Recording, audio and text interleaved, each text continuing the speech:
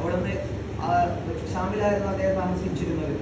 ഒരിക്കൽ അസ്വദുൽ അൻസി ഞാനാണ് അന്ത്യപ്രവാചകൻ എന്ന് പ്രഖ്യാപിച്ചപ്പോൾ ഷാമിന്റെ തിരുവോരങ്ങളിലൂടെ അബൂ അസ്ഖലാൻ റളിയല്ലാഹു അൻഹു പാടി നടന്നു, നീ കള്ളനാണ്, നീ പെരും കള്ളനാണ്, എന്റെ നബിയാണ്, എന്റെ അന്ത്യ നബിയാണ് യഥാർത്ഥ പ്രവാചകൻ എന്ന്.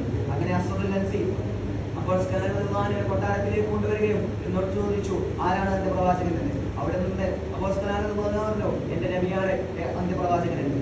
അപ്പോൾ അബൂ അസ്ഖലാനെ കെട്ടിയിടുകയും ചുട്ട കമ്പികൾ കൊണ്ട് കയറിലൂടെ കുത്തിക്കയറ്റുകയും ചെയ്തു. എന്നിട്ട് ചോദിച്ചു, ആരാണ് എന്റെ പ്രവാചകൻ എന്ന്. അപ്പോൾ പറഞ്ഞു, എന്റെ നബിയാണ് എന്റെ പ്രവാചകൻ എന്ന്.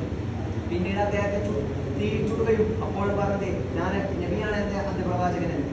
അല്ലാഹു തആല അദ്ദേഹത്തെ പോലുള്ള തഖ്വ നമുക്ക് നൽകുമാറാകട്ടെ. അതുകൊണ്ട് തന്നെയാണ് അല്ലാഹു തആല ഖുർആനിലൂടെ പറഞ്ഞത്, യാ അയ്യുഹല്ലദീന ആമനൂ തഖുല്ലാഹ ഹഖ്ക തുഖാതിഹി വലാ തമൂതുന്ന ഇല്ലാ വഅൻതും മുസ്ലിമൂൻ.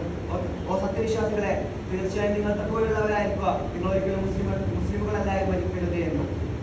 അതുപോലെ തന്നെ ഒരിക്കൽ ചോദിച്ചു, അദ്ദേഹത്തിന്റെ വീടിന്റെ അത് വലിയൊരു പർവ്വതം ഉണ്ടായിരുന്നു. ആ പർവ്വതത്തിന്റെ മുകളിൽ എന്നും ഒരു ടെന്റ് കെട്ടി എപ്പോഴും അല്ലാഹുവിലേക്ക് വേണ്ടി നിസ്കരിക്കുമായിരുന്നു. അങ്ങനെ ഒരു ദിവസം അദ്ദേഹത്തിന്റെ അടുക്കലേക്ക് വന്ന് വിളിച്ചു, മോനെ ജുറൈജെ ഒന്നിക്കുക എന്ന്.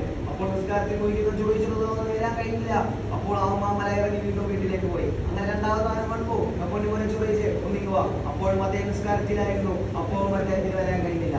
മൂന്നാമതാണ് വരികയും അപ്പോൾ നിസ്കാരത്തിൽ പോയിരിക്കുന്ന ജുറൈജിനെ കണ്ടപ്പോൾ ഉമ്മക്ക് ദേഷ്യം വരികയും അവിടെ ആ ജുറൈജിനെ ശ്രമിക്കുകയുണ്ടായി, അല്ലാഹുവേ, എന്റെ മകനെ വിചാരിയെ കണ്ടിട്ടല്ലാതെ മരിക്കരുത് എന്ന്. അങ്ങനെ ഒരിക്കൽ നിസ്കരിച്ചുകൊണ്ടിരിക്കുമ്പോൾ ഒരു വിചാരി മുമ്പിൽ നിന്ന് അയിഞ്ഞാടുകയും അപ്പോഴും യാതൊന്നും അറിയാതെ നിസ്കാരത്തിൽ മുഴുകിയിരുന്ന നമുക്ക് തഖ്വയുടെ ഏറ്റവും വലിയ മാതൃകയാണ്. അല്ലാഹു തആല നമ്മുടെ തഖ്വയിൽ വർദ്ധനവ് നൽകട്ടെ. അതുപോലെ തന്നെ നാം ഇതുവരെ ചെയ്ത എല്ലാ സൽക്കർമ്മങ്ങളും അല്ലാഹു തആല നമ്മിൽ നിന്ന് സ്വീകരിക്കുമാറാകട്ടെ. നമ്മിൽ നിന്ന് വന്നുപോയ എല്ലാ അക്ഷരങ്ങളുമായ എല്ലാ ഭാഗങ്ങളും അല്ലാഹു തആല നമ്മിൽ നിന്ന് നമ്മിൽ നിന്ന് മാപ്പാക്കി തരുമാറാകട്ടെ എന്ന് പറഞ്ഞു നിർത്തുന്നു.